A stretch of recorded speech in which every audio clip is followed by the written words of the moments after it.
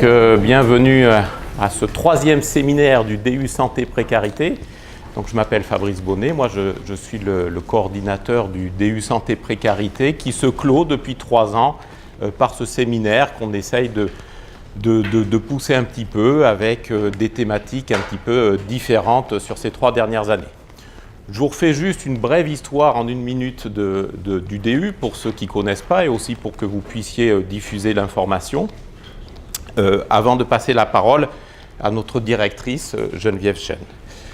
Je remercie d'abord le comité d'organisation, Christophe Adam qui est ici, Oran Lajon et Céline Voix qui ont fait toute l'organisation matérielle, et puis Marie-Thérèse qui se cache quelque part comme d'habitude, voilà, elle est là, elle rentre, et Rachid Salmi qui nous a accompagnés en tant que directeur de l'ISPED et qui a très vite soutenu donc je dirais la démarche de ce DU.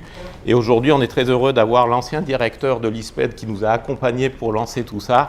Et aujourd'hui, la directrice qui, je l'espère, va nous dire quelques mots sur le soutien qu'elle peut apporter à cette démarche. En 2 mots, le DU, donc, il est né il y a environ 7 ans, dans sa formule actuelle, je dirais, sous l'impulsion d'une personne à qui je voudrais rendre hommage, qui était Patrick Henry, qui était professeur de neurologie et qui a été finalement un des premiers sur Bordeaux, soutenu bien sûr par Médecins du Monde, et Christophe Adam à soutenir ses actions auprès des populations démunies. Et puis ça a été le premier à, je dirais, universitariser un petit peu cette démarche santé-précarité. Alors, il m'a trouvé finalement, il m'a pris dans ses filets parce que c'est une thématique qui m'intéressait depuis longtemps, de par mon côté interniste, post-urgenciste. Et effectivement, c'est une préoccupation qui est allée en croissant ces dernières années. Et aujourd'hui, voilà, on arrive dans une espèce d'institutionnalisation de santé-précarité. Ça me fait toujours un petit peu peur parce qu'on a l'impression que quand ça rentre avec cette force dans l'académie, eh bien, on aura du mal à l'en faire sortir. Et ça serait pourtant un des objectifs qu'on pourrait avoir. Mais maintenant que les comptes de la sécurité sociale sont à l'étal, eh bien peut-être qu'on peut avoir bon espoir sur les politiques publiques. Voilà. Donc je ne vais pas garder la parole plus longtemps. J'ai le plaisir donc de transmettre le micro et l'enregistrement donc à Geneviève Chen, que je remercie beaucoup pour ce petit mot d'accueil. Donc très bon séminaire. Et puis bien le meilleur pour les examens de fin d'année du mois de septembre pour les candidats au DU quand même, et puis pour tous les autres pour leur action au quotidien dans cette thématique. Bonne journée. Monsieur le délégué interministériel, chers collègues, mesdames et messieurs, d'abord bienvenue à l'ISPED, et comme nous sommes à l'ISPED, avant de dire quelques mots sur la santé publique et l'étude des migrations, je vais, c'est mon habitude de vous rappeler ou de vous indiquer ce qu'est l'ISPED. D'abord, en fait, nos 20 ans, donc l'ISPED, c'est un institut qui est distinct d'une UFR ou des UFR des sciences médicales. Donc c'est une expérience assez unique en France de considérer que la santé publique peut avoir une vie, une existence et un certain dynamisme en étant un institut distinct des UFR médicales, d'une fac de médecine, et tout en étant évidemment très proche au sein du collège santé de notre université de Bordeaux. On fête nos 20 ans, c'est-à-dire qu'on a été créé en 1997, cette année, et j'attire votre attention sur la dernière cérémonie de clôture, donc la dernière cérémonie de ces 20 ans, les 2 et 3 juillet prochains, et vous êtes évidemment tous conviés à vous inscrire. Mais aujourd'hui, vous êtes là pour le séminaire du DU Santé Précarité, qui est un des 26 DU que l'on enseigne ici. On enseigne aussi un grand programme de master en santé publique, avec un grand nombre de parcours très diversifiés et qui sont tout à fait cohérents avec ceux d'une école de santé publique, j'allais dire à l'américaine, ou donc de l'épidémiologie à la biostac, aux politiques de santé, à l'économie de la santé, évidemment, jusqu'à la prévention et promotion de la santé. Et puis, un programme, nous avons des programmes diplômants et des programmes non diplômants, courts, en particulier école d'été internationale, qui se déroule chaque année en juin et en juillet. Chaque année, à l'ISPED, il y a 1000 étudiants par an. Donc, vous faites partie de ces 1000 étudiants, à peu près 300 en master. Donc, c'est un programme de master qui a un grand nombre d'étudiants. Et on est assez fiers de dire que l'employabilité de nos étudiants est importante. Dans les 6 mois, 70% trouvent un emploi et plus de 90 à près de 95% au bout de 30 mois, qui est l'indicateur habituel utilisé par le ministère de l'Enseignement supérieur. Et, à l'ISPED, il y a 57 enseignants-chercheurs affiliés à l'ISPED, donc c'est pour la France une taille d'institut vraiment importante, et même si on se compare à des écoles de santé publique dans le monde, 150 chargés d'enseignement qui ne sont pas nécessairement affiliés à l'ISPED ou enseignants de santé publique en soi-même. Par exemple, Fabrice Bonnet est un chargé d'enseignement remarquablement intégré dans notre corps d'enseignants, et aussi une quarantaine de professionnels administratifs, pédagogiques et techniques, tous ceux qui préparent les cours et soutiennent l'ensemble des enseignants et des étudiants dans tout leur parcours à l'ISPED. Notre marque, j'allais dire, une de nos marques de fabrique est d'être extrêmement attentif depuis très longtemps, et en particulier en lien avec le développement des activités de recherche, avec un réseau de partenaires au nord comme au sud, et à la fois dans nos territoires, on sert les populations de nos territoires, c'est assez logique. Donc en Aquitaine, l'ARS Nouvelle-Aquitaine est un de nos partenaires les plus importants, bien entendu, et le CHU de Bordeaux aussi, mais le conseil régional, le conseil départemental, et puis évidemment un certain nombre de partenaires nationaux. Je cite par exemple, bien entendu, les ministères de la Santé ou de l'Enseignement supérieur et de la Recherche, mais aussi Santé publique France, les grandes agences de santé publique, et aussi des grands organismes internationaux, l'OMS et un certain nombre de grandes universités avec lesquelles on a des liens privilégiés et de collaboration intense. Et vous voyez que parmi ces universités, un certain nombre sont aussi du Sud, et qu'on a aussi l'habitude de travailler avec des ONG. Cet institut qui est essentiellement dédié à la formation, mais qui est aussi très actif en expertise et en recherche. L'ensemble des enseignants sont aussi dans un centre INSERM, Bordeaux Population Health, et dans une fédération affiliée à une fédération de recherche, et sont également très en lien avec le terrain, à la fois dans le pôle de santé publique au CHU, mais aussi dans une plateforme d'expertise qui s'appelle Cassiope. Et enfin, donc, on est dans une création permanente assez dynamique de nouveaux programmes, un qui s'inscrit non, normalement, alors ça c'était pas ce que je voulais faire, mais ça va continuer à clignoter. Un qui s'inscrit dans une école universitaire de recherche, donc un financement des investissements d'avenir sur la santé numérique, et puis un autre sur le parcours de cadre de santé, et en particulier pour acquérir un niveau professionnalisant de manager. Donc vous voyez le panel assez étendu du type de discipline que l'on enseigne ici à l'ISPED. Voilà pour la présentation de l'ISPED. Et donc ce que je voulais partager avec vous, c'est quelques réflexions sur...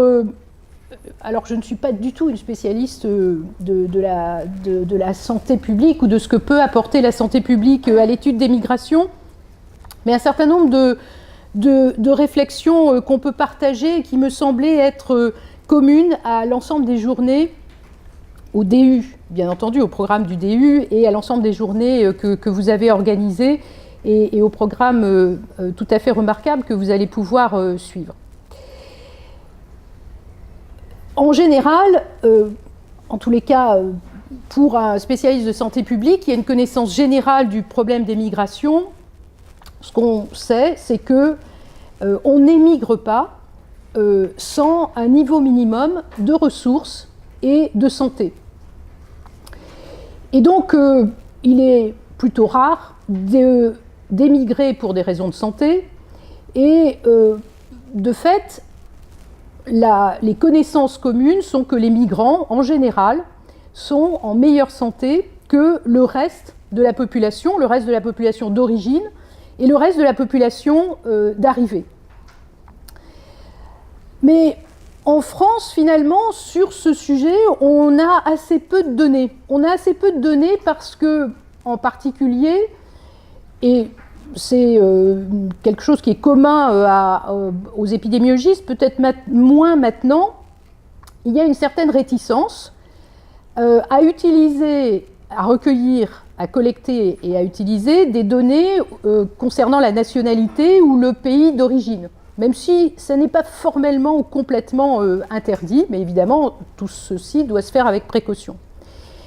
Néanmoins, il y a une étude qui existe et qui a été menée par l'Institut national des études démographiques, l'INED, qui a étudié en France l'impact des origines sur les conditions de vie, l'étude Théo, et sur les trajectoires sociales des migrants. Donc cette étude existe, elle est importante, et elle montre que, en fait, la perception des migrants sur leur santé au moment de leur arrivée est en effet, dans un nouveau pays, en particulier en France, est globalement meilleure que celle du reste de la population. Mais si on regarde 20 ans plus tard, ce n'est plus le cas. Et donc, est-ce que c'est parce que finalement il y a une sorte de convergence des pratiques au cours du temps? Est-ce qu'au contraire, ou aussi, il y a une évolution vers des conditions de vie plus précaires qui sont associées avec une diminution des conditions de santé?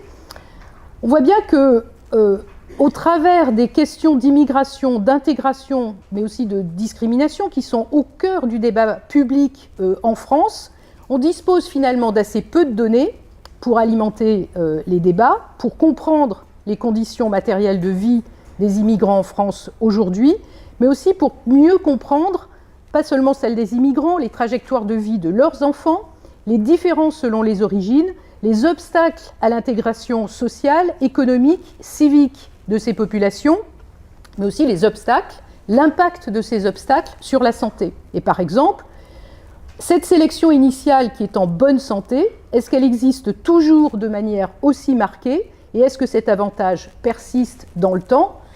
Il est probable que non. Est-ce qu'on comprend bien pourquoi et est-ce qu'on sait comment agir pour éviter cela? On manque encore de données. Mais il y a quand même des données qui existent et j'ai essayé de rechercher un certain nombre d'éléments, parfois un peu contradictoires. L'INED, toujours, cet institut donc, de démographie nationale, en 1996 avait montré que les immigrants avaient beaucoup plus de risques que le reste de la population française d'avoir un cancer. Et ça a été aussi démontré dans les pays anglo-saxons ou dans les pays nordiques. C'était vrai pour à peu près tous les pays, tous les cancers, sauf le cancer de l'estomac, qui est connecté en particulier à une exposition plus importante à Helicobacter pylori dans l'enfance. On montre aussi, ou un certain nombre de données montrent que chez les immigrants, il y a un taux de maladie cardiovasculaire qui est plus important, globalement, et qui est peut-être, lui, associé à d'autres facteurs de risque, par exemple l'accès limité aux soins, mais aussi, par exemple, une surveillance moindre de la pression artérielle. Et on sait aussi, dans les pays européens, par exemple, qu'il y a un excès de décès lié au diabète chez les immigrants, et en particulier ceux qui viennent de pays en voie de développement. Et donc, finalement, l'idée qu'il pourrait y avoir un avantage initial chez les migrants les plus jeunes qui sont en bonne santé, sur la base de ces données, on peut avoir l'impression que cet avantage initial pourrait décroître dans le temps, et donc finalement les immigrants, dans l'environnement où ils sont, perdent progressivement cet avantage sur la base de ces faits. Est-ce que c'est dû à l'environnement? Est-ce que c'est dû aux soins? Est-ce que c'est dû à un certain nombre de facteurs génétiques, à des comportements? Finalement, il y a encore peu de données qui permettent de vraiment bien comprendre l'ensemble de cette situation. Un autre aspect qui apparaît dans la littérature et qui là est un aspect qui m'est plus familier personnellement parce que c'est assez lié à une épidémie que je connais bien ou que j'ai étudiée pendant assez longtemps dans mon parcours, c'est l'épidémie de VIH-Sida, et qui a été l'objet d'études, c'est le fait que la précarité elle-même peut être à l'origine d'épidémies. Par exemple, lorsque on sait que l'épidémie de VIH-Sida en France touche principalement un groupe particulier qui est le groupe des homosexuels masculins. Tout de suite après, on sait que les populations qui viennent d'Afrique subsaharienne sont aussi les plus touchées, donc celles qui sont immigrantes. Une étude qui s'appelle Parcours a montré que, en fait, une grande partie de ces personnes migrantes en France et qui sont diagnostiquées avec le VIH, une proportion qui est 1 sur 2 chez les hommes et une femme sur 3, en fait, étaient infectés avant d'arriver, ont été infectés par le VIH après être arrivés en France et pas avant. Donc ils n'ont pas importé l'épidémie en France, ils ont été infectés après être arrivés. Et donc, évidemment, l'interprétation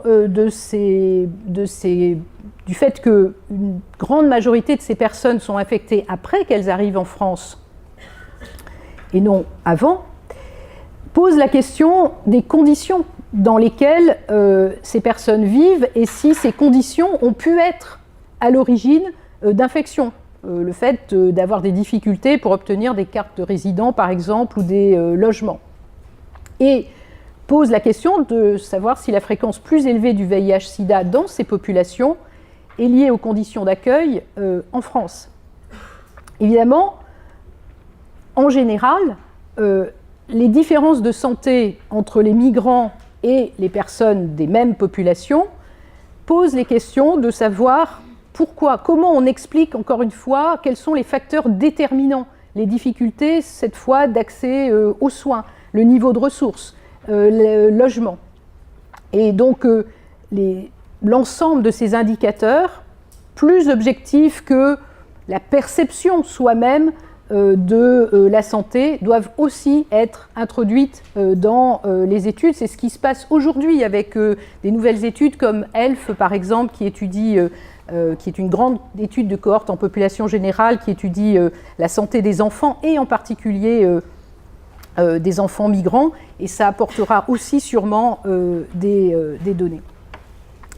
Alors de manière plus générale, et toujours d'ailleurs avec la réflexion qui prolonge la réflexion sur l'infection par le VIH, comprendre l'ensemble des facteurs qui déterminent la santé des migrants, ou pour comprendre l'ensemble des facteurs qui déterminent la santé des migrants, on voit aussi, au travers de ces exemples, mais en général, qu'il faut pouvoir prendre en compte, et c'est ça le raisonnement de santé publique, pouvoir prendre en compte l'ensemble des déterminants, c'est-à-dire l'ensemble des déterminants à la fois collectifs, mais aussi individuels. Je dirais de la population jusqu'à la cellule elle-même, entre guillemets, c'est-à-dire qui implique à la fois les sciences cliniques, la virologie, l'immunologie, qui peut combiner l'ensemble de ces données avec des données aussi des sciences humaines et sociales, de l'histoire de vie et des trajectoires de migration de ces migrants. Et on ne pourra comprendre ces différences, et donc savoir comment agir au mieux pour la prévention et la santé et l'accès aux soins et les soins pour ces personnes que si on dispose de l'ensemble de ces données. Parce que la dimension virologique, ça veut dire par quelle souche virale on est infecté quand on a acquis l'infection ici ou dans son pays. La dimension immunologique, parce que son système immunitaire n'est pas le même et ne réagit pas de la même manière au traitement si on a été exposé longtemps à des infections et des traitements en fonction de son pays d'origine. Et donc, tout cela montre évidemment qu'on ne peut apporter des informations suffisantes pour bien comprendre la santé des migrants que par des approches transdisciplinaires. Je ne vous apprends rien, mais c'est l'ensemble des faits et l'ensemble des données et des études le montrent. Mais ces données et ces études sont encore insuffisantes et je formule le souhait qu'après ce DU, vous ayez aussi des outils qui vous permettent vous-même d'intégrer l'ensemble de ces dimensions dans les études que vous serez amenés à faire sur les personnes migrantes. Et de manière on montre bien avec l'épidémie de VIH à quel point l'ensemble de cette approche transdisciplinaire est évidemment extrêmement importante et qui ajoute aussi des dimensions historiques et pas seulement virologiques, immunologiques, épidémiologiques. Mais de manière très concrète, aujourd'hui, lorsque les professionnels de terrain, et certains d'entre vous aussi sont des professionnels de terrain bien entendu, sont confrontés à des foyers d'épidémie dans les campements de migrants, la question qui se pose, elle est essentiellement pour ces populations, et pas nécessairement pour les autres populations, donc pour ces populations particulièrement vulnérables, et pour ces populations particulièrement vulnérables, de l'accès à des besoins ou du respect de besoins aussi fondamentaux que l'accès à l'eau potable et à des conditions d'hygiène suffisantes, évidemment, ce qui introduit aussi une dimension politique que vous n'êtes pas évidemment sans connaître pour agir efficacement et durablement en faveur de ces populations. Donc même si, évidemment, la crise de 2015 a redonné aux questions de migration une actualité qui est particulièrement intense, qui a donné à voir aussi que, dans le fond, bien entendu, on a toujours dit que l'Europe était en train de faire face à une crise des réfugiés. Mais on peut dire aussi que les réfugiés eux-mêmes subissent la crise de l'Europe. Et que la migration, ça n'est pas seulement un problème, ou ça n'est pas devenu un problème ou une problématique de l'Europe du XXIe siècle. C'est un enjeu et une question universelle, et c'est un enjeu et une question qui touche toutes les sphères de la vie sociale, et je dirais de manière un peu pompeuse peut-être du destin des nations. Je crois qu'en France, un Français sur 4 maintenant finalement est issu de l'immigration. Donc ces questions, elles sont très importantes évidemment, et il n'est absolument pas possible aujourd'hui de les comprendre toutes, et c'est bien pour ça qu'il est absolument crucial de continuer à la fois recueillir des données, les interpréter et agir avec l'ensemble et de mobiliser l'ensemble des disciplines très importantes, des historiens, des spécialistes du droit, aux épidémiologistes, aux sociologues, aux virologues, aux immunologistes, et de mobiliser l'ensemble des méthodes et des raisonnements à l'échelon collectif d'une population. C'est parfaitement bien reflété dans votre programme, en abordant toutes les questions de santé publique et les questions historiques, en soulignant l'importance de la démarche éthique pour répondre aux tensions sociales qui existent entre les valeurs des soignants et des praticiens de terrain, mais aussi les contraintes économiques ou politiques qui surgissent, et puis aussi en donnant un espace pour débattre sur les aspects cruciaux d'intégration, de discrimination et d'articulation très importante entre la politique, la recherche et les actions. Toutes ces questions sont évidemment complexes, beaucoup plus complexes qu'il n'y paraît, et des journées comme celle de ce jour et de demain vont y apporter des éclairages très importants. Donc je remercie à nouveau le responsable du DU Santé Précarité, le professeur Bonnet, l'ensemble du comité d'organisation, et je remercie, j'en profite à chaque fois de remercier le professeur Salmi, effectivement, qui m'a passé le témoin l'année dernière, et j'ai le plaisir aujourd'hui de diriger l'Institut de santé publique après lui. Je remercie aussi l'ensemble des intervenants. Je vous souhaite des travaux très fructueux pendant les 2 jours à venir, et je peux vous assurer, pour répondre à la question de Fabrice Bonnet, du soutien continu et très attentif de l'ISPED pour tous vos travaux et pour le DU Santé Précarité. Merci beaucoup et bonne deux journées.